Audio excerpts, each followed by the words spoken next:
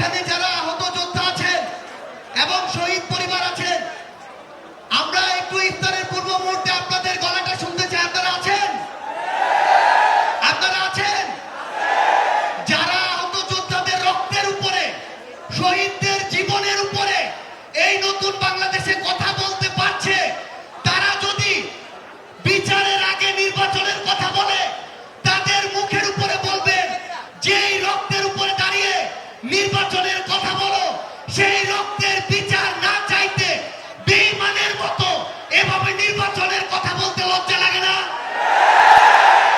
আমরা আমাদের জায়গা থেকে নির্বাচন চাই, কিন্তু যেই খুনি হাসিনার হুকুমে এতগুলো প্রাণ গিয়েছে, সেই খুনি হাসিনার বিচার হওয়ার আগে তারা কোন মুখে শুধুমাত্র নির্বাচনের কথা বলে?